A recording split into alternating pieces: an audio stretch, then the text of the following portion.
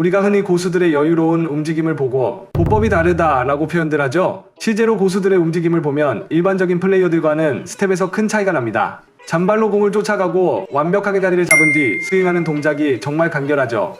그런데 우리가 이렇게 스텝을 따라하면 어떨까요? 열심히 움직였는데도 항상 시간이 부족하고 스윙은 여전히 불안정합니다. 왜 똑같은 스텝을 반복했는데도 체력은 바닥나고 히팅 타이밍은 어긋나는 걸까요? 그건 바로 우리가 스텝을 밟을 때 너무 불필요한 움직임을 많이 가져가고 있기 때문인데요. 이 불필요한 스텝만 줄여도 고수처럼 간결하고 효율적인 플레이가 가능해집니다. 더 놀라운 건 스텝을 효율적으로 줄일 수 있을 때 스윙에 여유가 생기고 더욱 강력하고 침착한 샷을 만들 수 있다는 것이죠. 그래서 이번 영상에서는 우리들이 평소에 어떤 잘못된 패턴으로 스텝을 밟고 있는지 알아보고 그걸 즉시 해결할 수 있는 방법을 소개드리겠습니다. 이 간단한 패턴을 통해 여러분의 테니스가 한결 여유로워지는 변화를 경험하시게 될 겁니다. 첫 번째는 오픈 스탠스에서의 스텝 패턴입니다. 먼저 오픈 스탠스를 활용할 때 많은 분들이 공이 정면으로 올 경우 너무 많은 스텝을 밟는 실수를 합니다. 서너 번씩 스텝을 밟고 오픈 스탠스로 서 있지만 결국 시간이 부족하다고 느끼게 되죠. 사실 스텝이 멈춘 순간부터 여러분은 공을 칠 준비를 할 수 있는데요. 그 순간 바로 머릿속에서 이제 스윙해야겠다 라고 느끼며 자연스럽게 스트로크를 구사할 수 있죠.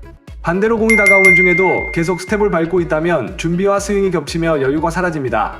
결과적으로 스윙이 급해지고 컨택 포인트가 점점 뒤로 밀리면서 원하는 샷을 만들어내기 어렵습니다. 그래서 여러분이 스텝을 간결하게 하여 더 일찍 자리를 잡게 되면 당연히 여유가 많다고 느껴질 것이고 그때부터 더욱 침착하게 샷을 때릴 수 있을 겁니다.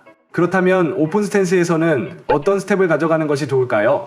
여러분이 오픈으로 레디 포지션을 잡을 때 공이 여러분의 정면으로 향하고 있다면 굳이 스텝을 추가적으로 가져갈 필요는 없습니다. 그냥 몸을 조금 낮춘 뒤 공을 치는 것에만 집중하는 것이 훨씬 스트로크를 여유롭게 만들 겁니다.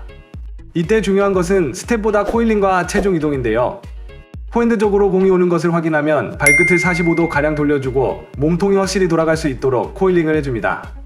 다만 여기서 주의해야 할 부분은 베이스라인과 평행하게 발을 놓게 되면 코일링이 풀리기 때문에 스트로크에 힘을 싣기가 굉장히 어려워집니다. 그래서 정면으로 오는 공을 오픈 스탠스로 처리할 때는 엉덩이를 이렇게 확실히 회전시켜줘야 합니다. 그리고 어깨를 뒤쪽으로 돌려 코일링 상태를 유지한 뒤 힘차게 코일링을 풀면 훨씬 스윙과 임팩트에 집중할 수 있죠. 이때 왼발에서 오른발로 체중 이동이 잘 되고 있는지 느껴보며 스윙을 해보시기 바랍니다. 이렇게 오픈 스탠스에서는 여러분이 스스로 공을 두면서 스텝 없이 연습해도 되고 아니면 티딩을 받으면서 스텝 수를 줄이는데 집중하며 연습할 수 있습니다. 스텝을 줄이고 스윙에 집중했을 때 여러분이 느끼는 시간적 차이와 스트로크의 퀄리티를 한번 경험해 보시기 바랍니다. 그럼 이전보다 훨씬 여유롭지만 강력한 샷이 나오는 것을 확인하실 수 있을 겁니다.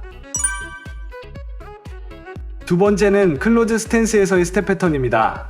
공이 짧을 것이라고 판단되면 앞발을 밟고 들어가면서 클로즈 스탠스로 치게 되는데요. 많은 분들이 실수하는 부분이 여기서 발생합니다. 보통 공이 다가오는 경우 쉽게 압박감을 느끼고 공간을 확보해야 된다고 생각하여 뒷걸음질을 친 뒤 앞으로 들어오는 경우가 많습니다. 이 과정에서 불필요한 두 번의 스텝이 발생하며 시간과 체력을 동시에 낭비하게 되죠. 그럼 결국 시간이 부족하다 느끼게 되고 스윙을 서둘러야 되니 어딘가 실수가 나오게 됩니다. 클로즈 스탠스에서는 굳이 뒤로 물러설 필요 없이 발끝만 살짝 돌린 뒤 한 스텝만 앞으로 들어가면 되는데요. 이렇게 발만 돌려놓고도 충분히 거리와 시간을 확보한 뒤 클로즈 스탠스로 스윙을 할 수가 있습니다.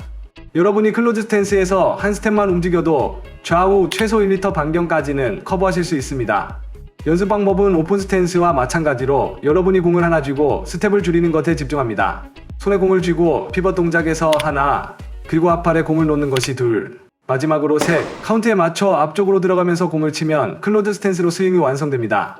파트너를 이용하거나 레슨에서 공을 피딩 받을 때도 여러분이 얼마나 많은 스텝을 밟고 있는지 먼저 확인을 해보고 그리고 얼마나 최소한의 움직임으로 스윙을 만들 수 있는지도 한번 체크해 보시기 바랍니다. 스텝 한 걸음의 아주 가벼운 차이만으로도 이때까지 노력했던 풋워크보다 훨씬 더 효율적인 움직임이 나오게 될 겁니다.